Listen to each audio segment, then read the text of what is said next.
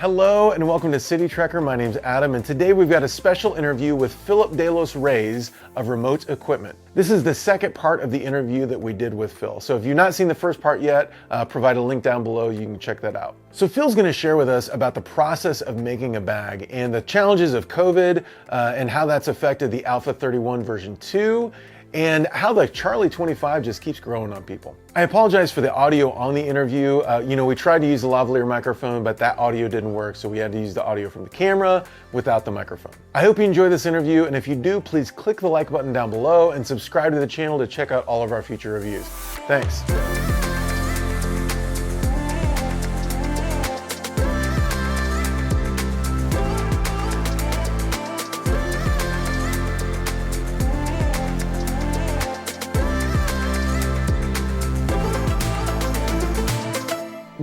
I wonder if you can walk us through the process of making a bag. So like the Charlie that you put out, from the design phase to making samples, working with Kickstarter, like what does that whole process look like?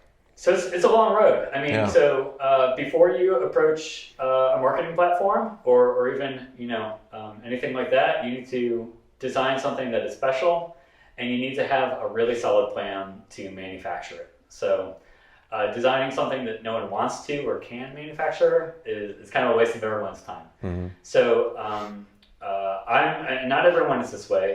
Many soft goods designers more do drawing and sort of schematics and technical drawings, and then send that to a factory.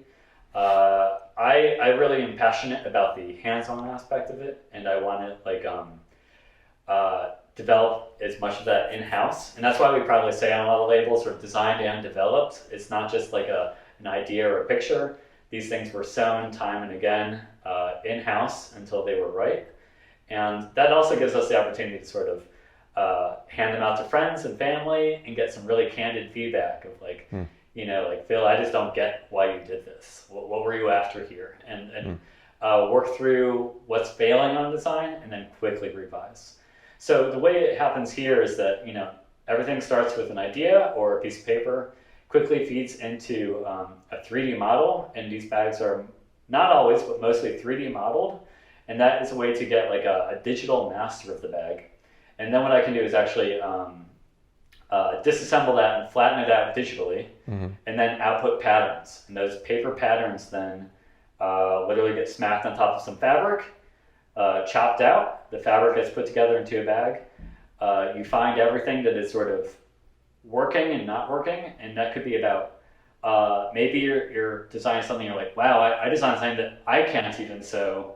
There's no way I can ask a factory to sew it if I can't actually turn this corner, or you design something that you sew it inside out, but like there's no way to flip it back the other way. So you need to really think through your steps and order of operations. And then once you do that, you can get great testing, and then you can get on board with the factory to sort of continue to develop it and iron out all the details and get it to a finished quality. Then once you're there, then you can start to think about getting your photography in order, whatever marketing materials, however you're trying to reach your audience.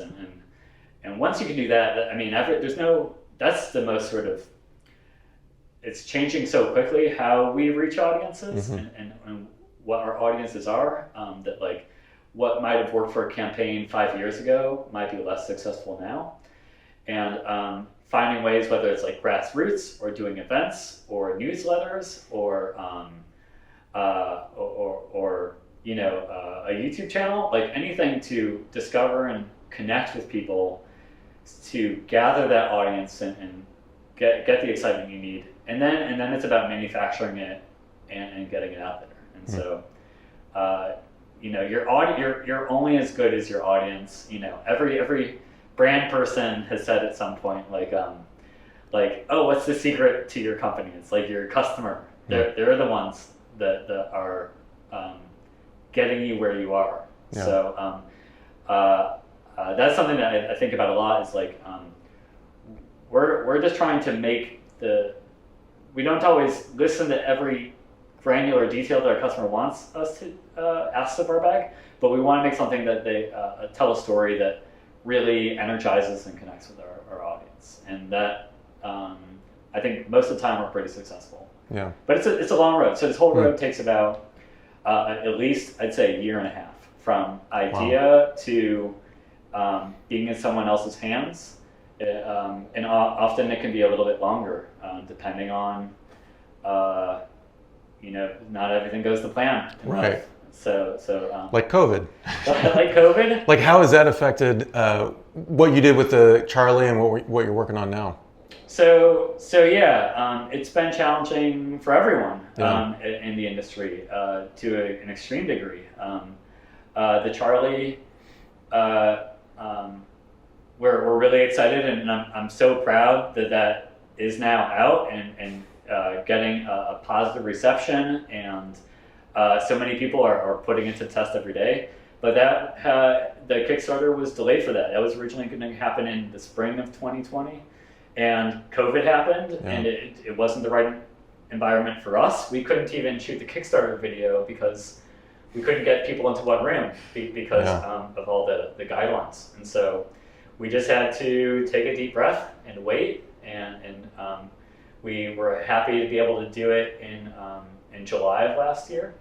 And then honestly, we're getting ready to now make the alpha. Some people are calling it the V2, but we're just seeing it as like it's a tightened up, better alpha, and we think it's just we're telling people we're making more alphas, and production was scheduled honestly for late summer, and honestly, COVID in Vietnam now is on the rise, and so we're just sort of waiting and seeing because everyone else doesn't have a long timeline. Things might be fine in a few weeks, or we might be delayed a little bit longer. So I think, COVID isn't the first time though. Like things happen within the industry. Trends change things a lot. Like right now, like we're all talking about our favorite slings, and I feel like 3 years ago we're all talking about our favorite one bag travel story, and so. It's even hard when you have these lengthy timelines for product development to just to make sure you're staying on trend and you're staying with what people are after in their lives. Yeah. And so it's my job and of everyone else's that are in this industry to try and think about not what's happening now, but like what's going to be the most relevant object to you, or maybe at least the most relevant carry object to you in about 3 years from now. And if, will that be new slings? Will that be a different carry solution altogether? We're just trying to keep our eyes open and ears open to what people are talking about and what people gravitate towards, because it's competitive like that. Yeah. And you always have to sort of think ahead a little bit. Which is part of the fun too, as I say. Like I get excited about the future. I look at images of whatever, like new technology products coming out or new transportation objects coming out, and I'm just like, oh, I can't wait. Like 2023 is going to be awesome.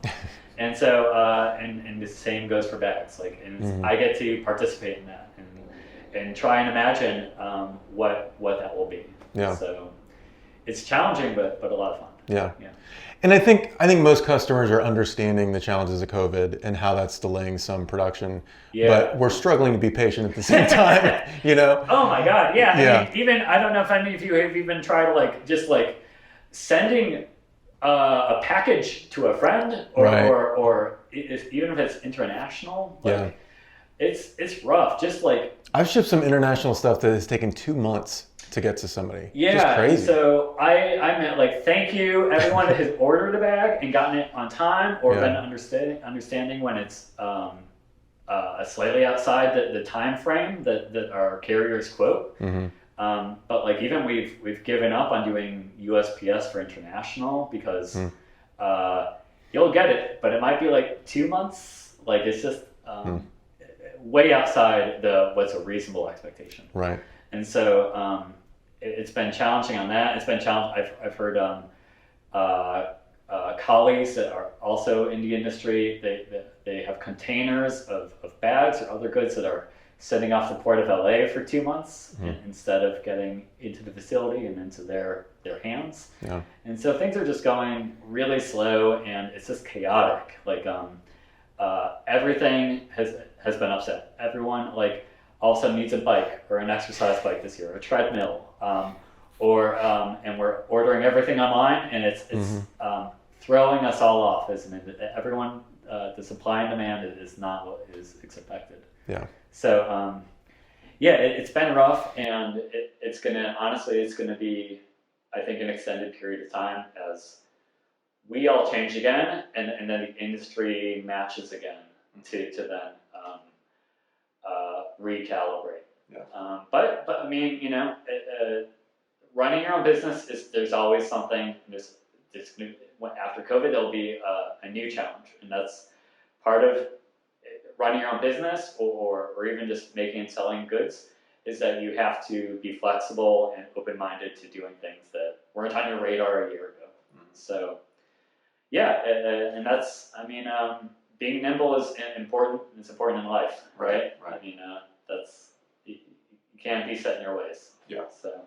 So the Charlie was, I backed the Charlie on Kickstarter. Thank you. And and honestly didn't think I would keep it. Like, I don't need a hiking backpack that size, and it looks cool, but like with the brain and the setup and not having laptop access, I was like, I don't know if I'm gonna like this. But I wanted to get it and review it and everything. And what I found was, I got the bag and I was like, okay, it's, trying to use it every day as an everyday backpack for work. And getting into the bag was a little bit of work. It's a 2-step process. And but man, I found the more I used the bag, the more I liked the bag.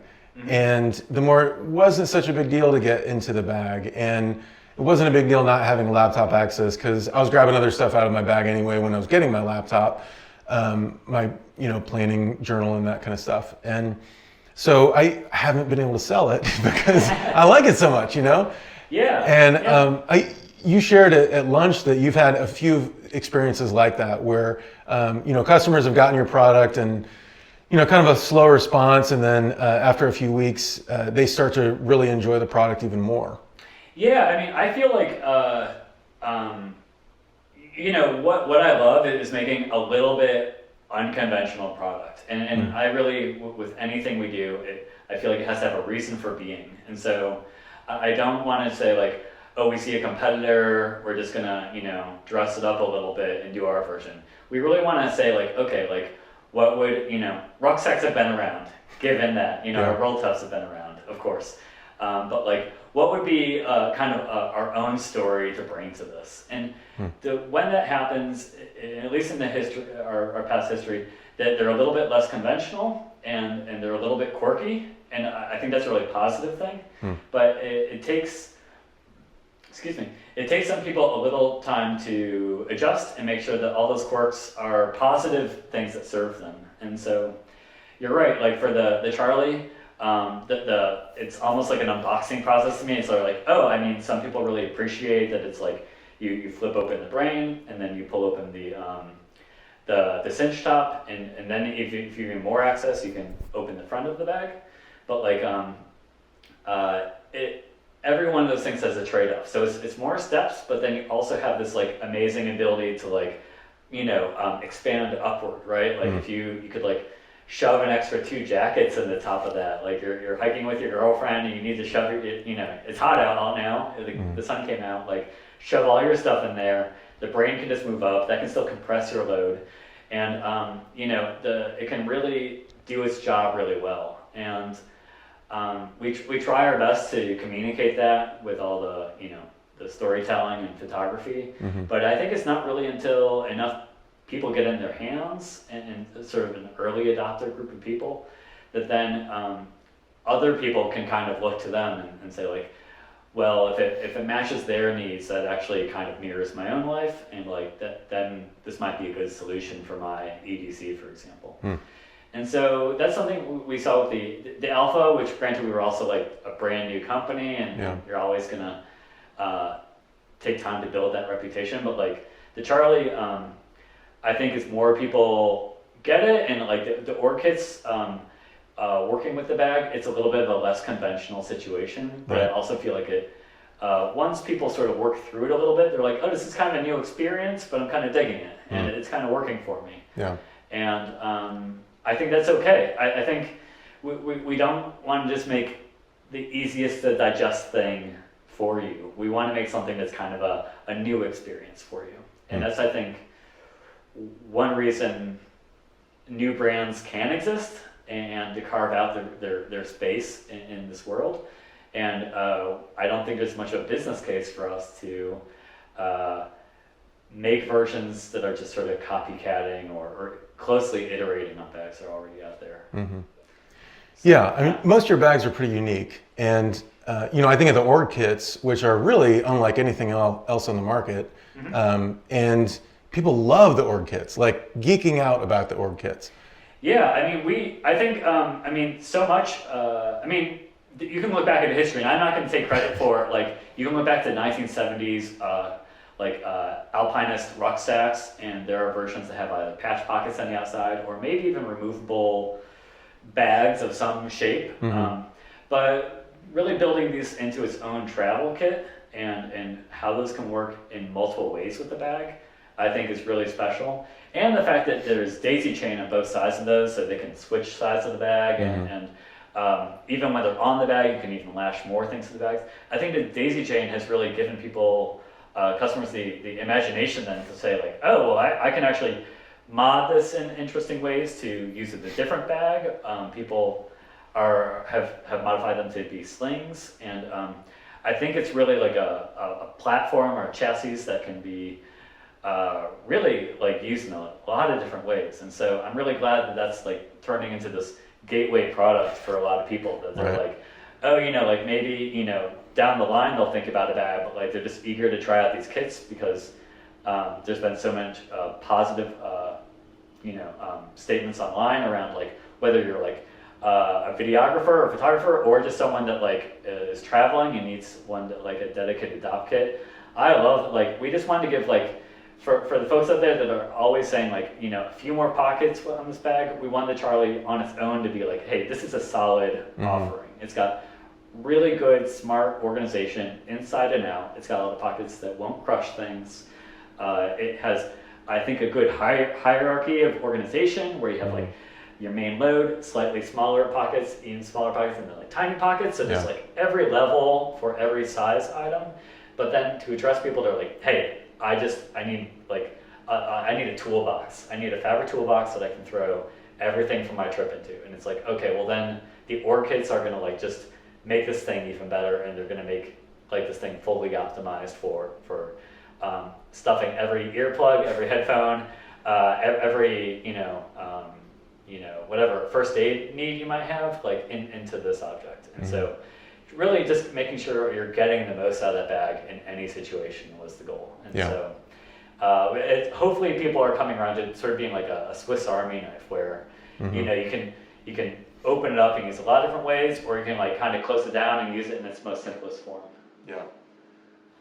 Of course, the Charlie 25, and let's see, this is a production version. This is a pre-production version that was sewn up in here with the glossy zippers.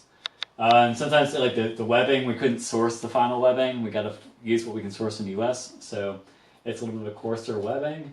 It's also missing the breakout pockets inside. A few homespun camera inserts that maybe one of these days we'll do a camera insert, but we're really trying to find just a compelling, the right mix of features, and it's not quite there, but we'll let you guys know, guys. Of course, the Bravo 18. This is in the Tropic multicam. This is the bag I honestly like. A lot of days what I'm grabbing is this is the grab it all, throw it in bag. I hope you enjoyed the second part of the interview. We've got the third and final part coming out in about a week or two, so make sure you subscribe to the channel so you can get notified about that. Thanks again for watching, and take care.